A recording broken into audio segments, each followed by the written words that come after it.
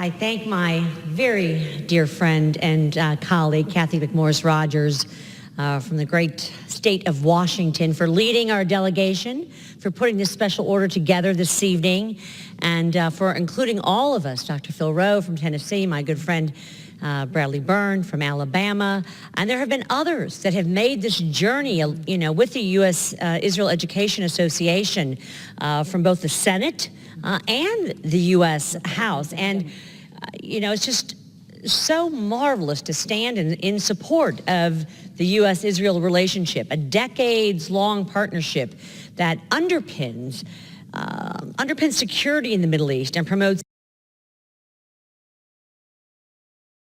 democratic flourishing throughout the entire region. At a time, sadly, of heightened anti-Semitism that we are seeing across the globe, it is more important than ever that we maintain this strong connection to this very, very key ally of ours in Israel. Mm-hmm.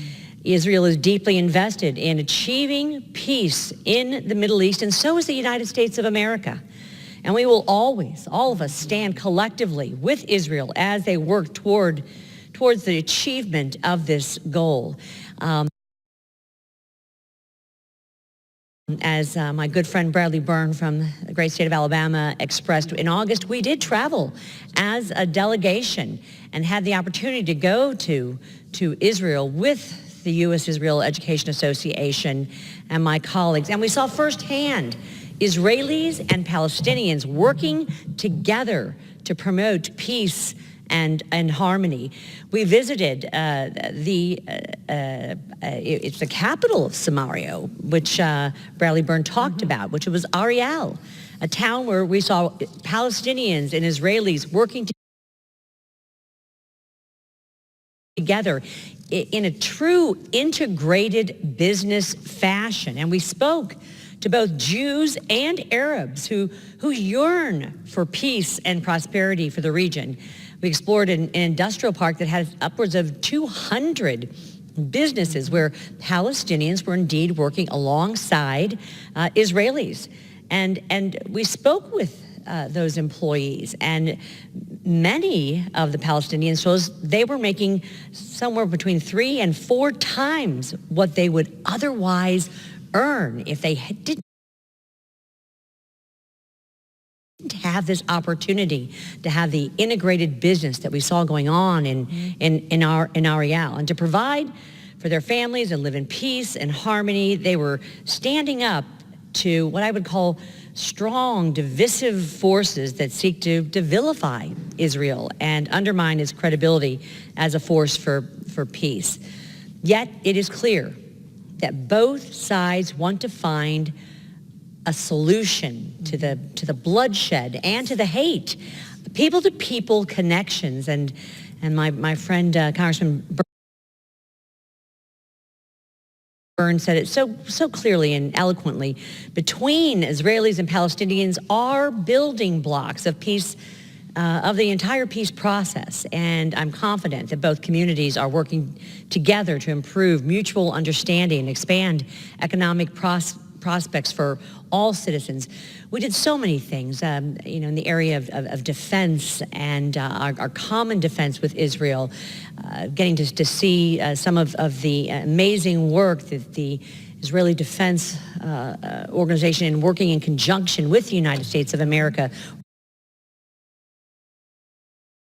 were able to do, especially when it came to the Arrow 3 tests that we saw, which was just so fantastic. That just happened this last July. That would take out a long-range ballistic missile and keep us all safe. But we also got to meet with the Prime Minister, Netanyahu, and we had a long discussion about the West Bank and about the time that we spent there inside the West Bank, watching Israelis and Palestinians working together in this integrated fashion. And I asked the Prime Minister, wow, so many of the myths have been debunked. I want to go back with this information, talk to my colleagues, talk to my constituents. What should we say? And the Prime Minister said, you remember what he said? He said, tell their truth. He said, tell their truth. I will just also say this, that with Iran working to destabilize the region and threaten Israel through dangerous terrorist proxies that we've seen, Hezbollah and Hamas, it's essential that we stand together with our ally. And I'm committed, and I know that we all are, in protecting our critical relationship and strengthening the ties between the United States and Israel. I also find it especially concerning that anti-Israel actors are seeking to delegitimize and isolate the state of Israel through the boycott, divestment, and sanctions movement, or BDS. I was very proud to introduce legislation, House Resolution 246, with Representatives Snyder and Zeldin and Nadler, a true bipartisan effort that expresses Congress's strong support for Israel and condemns the BDS movement. And I'm happy to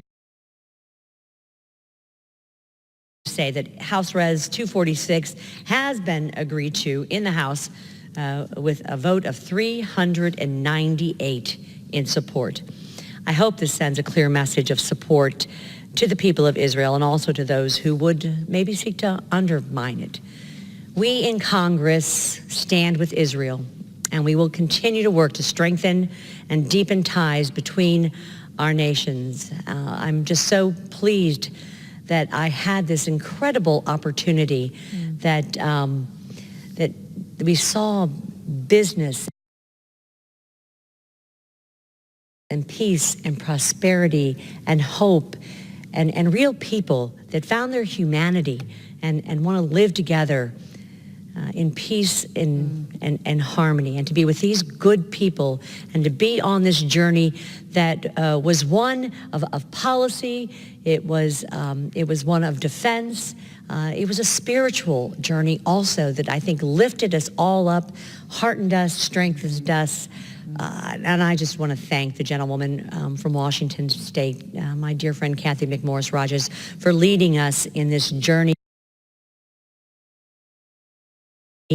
for her continued leadership in the work that we're going to do to promote integrated business. And I look forward to her comments and that of Dr. Phil Rowe, and I'm just so grateful to USIEA for this tremendous opportunity. And I'll yield back at this time and let the rest of our conversation continue. Thank you.